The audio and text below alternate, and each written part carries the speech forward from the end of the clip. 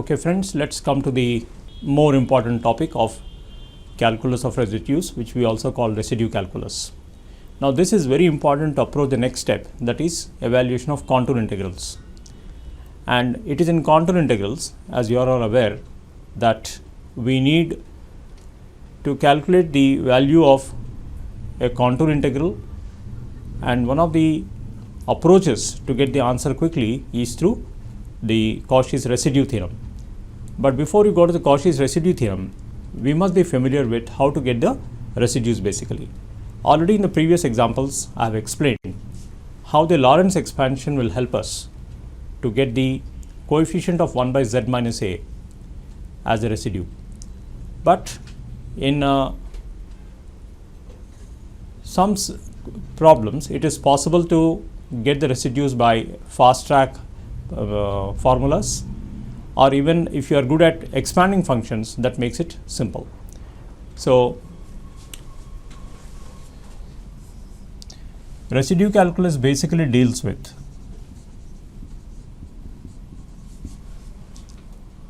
determination of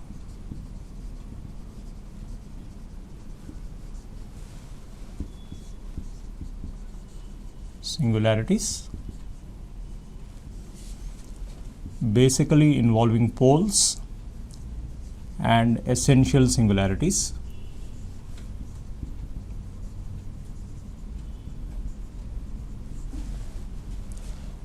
To evaluation of residues at singularities. When it comes to evaluation of residues at singularities, the available methods is: one, you give a Lorentz expansion;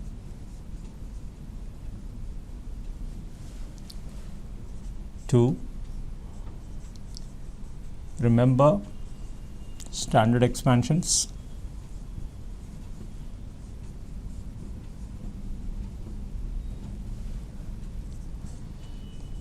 use standard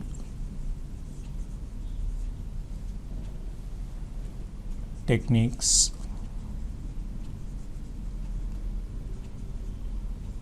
to find residues by formulas.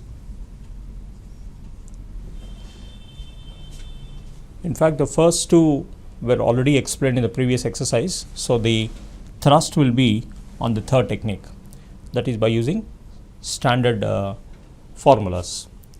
This is particularly for poles. Well, if the singularity is not a pole, then the only option is to go for expansions. But when the singularities are poles, whether they are simple, double or multiple, we have got some established formulas. I would like to explain that to you. Now, let us take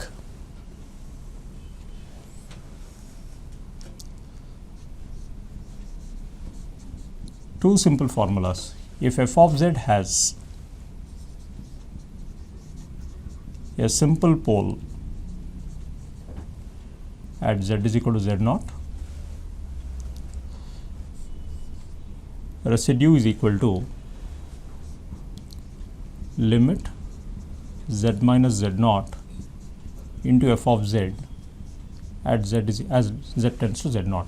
So this works when you have a simple pole. The second formula, if f of z has a pole of order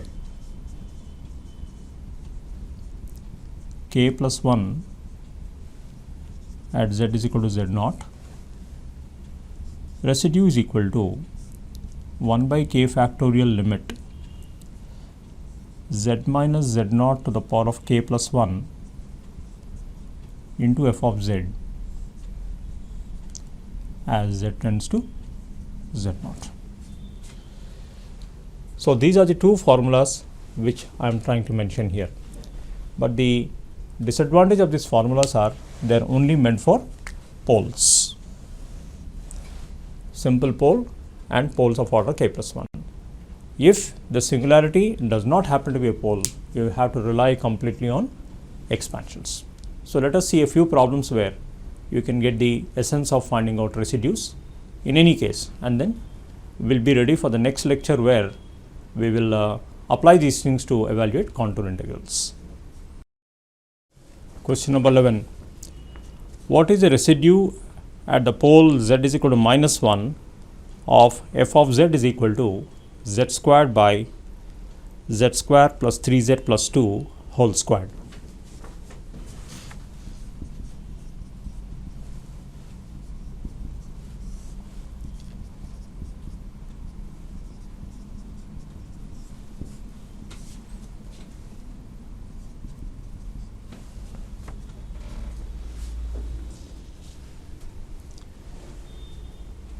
Okay, you can see that this is a rational algebraic function, and you can know that z square plus 3z plus 2 whole square is equal to 0 produces the poles. So poles are solutions of z square plus 3z plus 2 whole square is equal to 0. Let us revise our statement. Of course, we have poles, but because the overall power is 2, we can call it double poles. The poles we are going to get will be double poles because of this power 2. So you can factorize this as z plus 1 whole squared into z plus 2 whole squared. So you can see z is equal to minus 1 and z is equal to minus 2 are double poles. The question is to find out the residue at this pole. How do we write? A residue of f of z at z is equal to minus 1 is equal to, because this is a pole of order 2, it is 1 by 1 factorial limit z plus 1 whole squared into the function. Write this function as z square by z plus 1 whole squared into z plus 2 whole squared. Of course, here one very important thing is we'll have to differentiate z is equal to minus 1. In fact, in the formulas that I gave, please remember a small correction.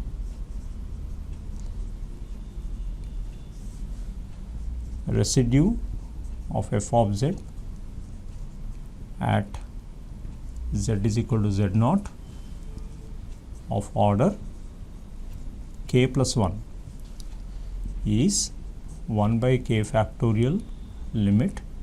This is important that we missed, dk by dz power k, z tends to z naught, z minus z naught to the power of k plus 1 into f of z. So this is very, very important. Accordingly, because it's a double pole, we'll have to differentiate once. After this cancellation,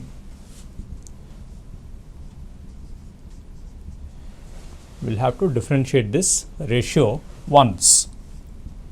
So z plus 2 whole squared into 2z minus z squared into 2 times z plus 2 by z plus 2 to the power of 4. So you need to just substitute minus 1, but you can make it slightly simple by cancelling 1 power of z plus 2. So then you'll have limit as z tends to minus 1, 2z into z plus 2 minus 2z squared by z plus 2 whole cube. You can reduce before applying the limit, 2z square will get cancelled, and you will have limit 4z by z plus 2 whole cube as z tends to minus 1. So this will be minus 4 by 1 cube, which is minus 4. So you'll find that option C is the correct answer for this problem. Of course, when you go to the other pole, the calculus will change and the residue will be different. So this is a simple example by which we can introduce the residue calculations using formulas. So let's go to the next question. Question number 12. What is the residue of e power minus 1 by z sine 1 by z at z is equal to 0?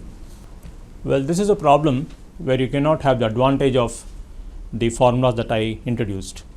Those are for rational algebraic functions. So here, fortunately, z is equal to 0 is the center. Therefore, we can go Maclaurin expansion for both these things. So f of z is equal to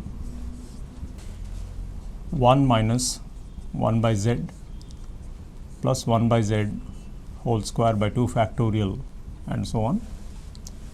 And for sine 1 by z, it is 1 by z minus 1 by z whole cube by 3 factorial plus 1 by z to the power of 5 by 5 factorial and so on. Remember, we need residue of f of z at z is equal to 0. This effectively means coefficient of 1 by z in the Lorentz expansion.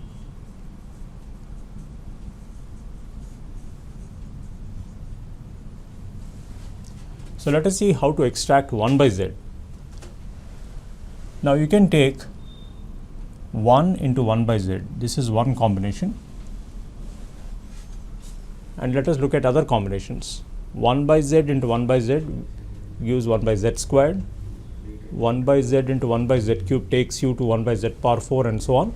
So there is no other possibility of getting 1 by z. So there is only one option and you will find the coefficient is 1. Therefore, this is the residue at z is equal to 0 and the correct option for this problem is A. Question number 13. What is the sum of the residues at the complex poles of f of z is equal to z square plus 4 by z cube plus 2z squared plus 2z? Okay, this is a rational algebraic function. So the poles are all sitting at points where the denominator is equal to 0. So solve z into z squared plus 2z plus 2 is equal to 0. So when you factorize this, you get minus 1 plus or minus, rather minus 2 plus or minus square root of 4 minus 8 by 2.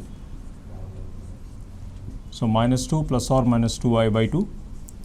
So minus 1 plus or minus I. Of course, the other pole is z is equal to 0, in which we are not interested. So these are the two poles which are complex in nature. We want to find the residues at these 2 points and take their sum. So what we do is, you let alpha is equal to minus 1 plus I, beta is equal to minus 1 minus I. So we want residues at these 2 points. So you can write your f of z as z square plus 4 by z into z minus alpha into z minus beta. Well,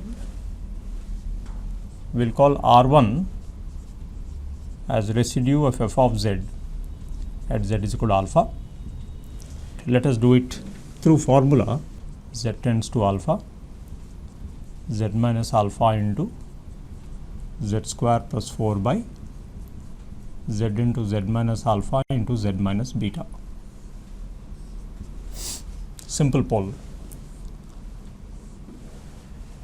And the residue in symbolic form will be alpha square plus 4 by alpha into alpha minus beta. And if you look at R2, which is residue of f of z at z is equal to beta, we don't have to repeat all these things. You will get beta square plus 4 by beta into beta minus alpha. Alpha minus beta or beta minus alpha, which are negatives of each other, can be directly computed from there. So from here, alpha minus beta will be this minus this will give us 2i. All right. Now what do we want? We want R1 plus R2. R1 plus R2 is equal to the sum of these two. So from which we can take 1 by alpha minus beta as a common factor, alpha square plus 4 by alpha, and here a change of sign is required, beta square plus 4 by beta.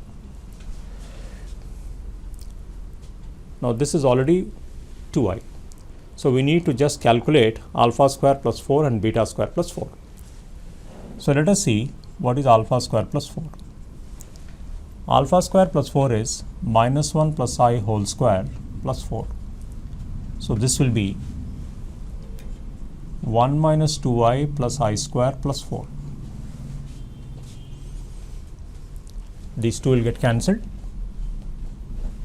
and you will have 4 minus 2i. Similarly, when you take beta square plus 4, this will be minus 1 minus I whole squared plus 4. This will be 1 plus 2i plus I square plus 4. You will get 4 plus 2i. So all that you need to do is substitute alpha minus beta, which is 2i, alpha square plus 4, which is this, by alpha, which is minus 1 plus I, and beta square plus 4, which is 4 plus 2i, divided by beta, which is minus 1 minus I. Do little bit of conjugate arithmetic, and then you will finally get minus 1 as the answer, which is shown in B. So this small complex arithmetic, I will leave it to you, but it's all very simple. The main part of the calculations are shown. Question number 14. What is the residue at z is equal to 1 of the function f of z is equal to tan z by z square minus 1?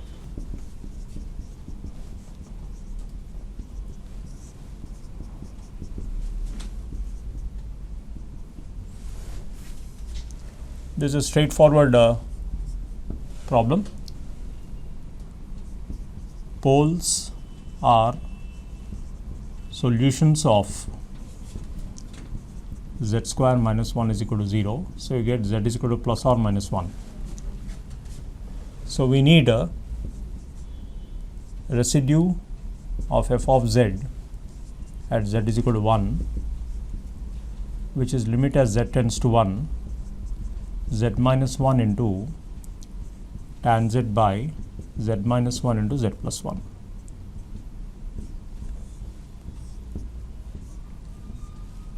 So this will be tan 1 by 2. Option is B. Now why this problem was selected is because some students may be tempted to go for an expansion of tan z, but don't forget that nothing worthwhile will happen there, and the poles are sitting in the denominator. Z is equal to 1 is easily identifiable, so you don't have to expand. You can do that only when you get negative powers of z, only then you go for the expansions. So here it's absolutely not required. Question number 15. What is the nature of the singularity of f of z is equal to z plus 1 into sine of 1 by z minus 2? Now you can find that z plus 1 does not require expansion, and it is only sine 1 by z minus 2 that we need to expand. So z plus 1 into 1 by z minus 2 minus 1 by z minus 2 whole cube by 3 factorial plus 1 by z minus 2 to the power of 5 by 5 factorial, and so on. So you will find that you will get z plus 1 into 1 by z minus 2 minus 1 by 6 into z minus 2 whole cube plus 1 by 120 z minus 2 to the power of 5, and so on. Now observe that even if z plus 1 is taken in, you will find that the number of negative powers of this in this expansion is infinity. Therefore, since the number of terms in the principal part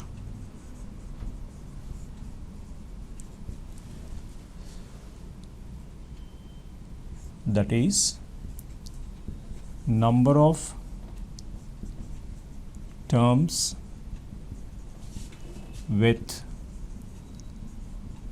negative powers of z minus 2 is infinity,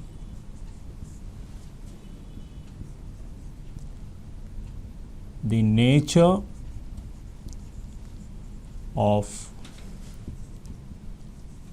the singularity is essential singularity.